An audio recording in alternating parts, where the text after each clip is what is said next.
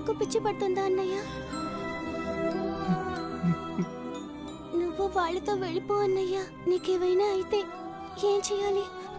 చూడు విద్య, నేను నిన్ను వదిలిపెట్టి ఎక్కడికి వెళ్ళను.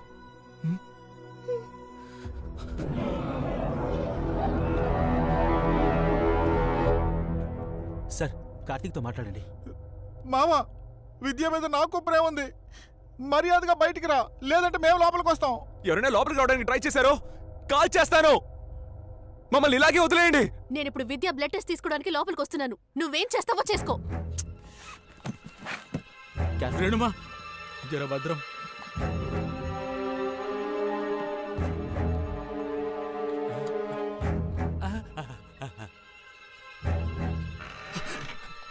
నిజంగా చెప్తున్నా, కాల్ చేస్తాను. నేను మాత్రమే వచ్చాను.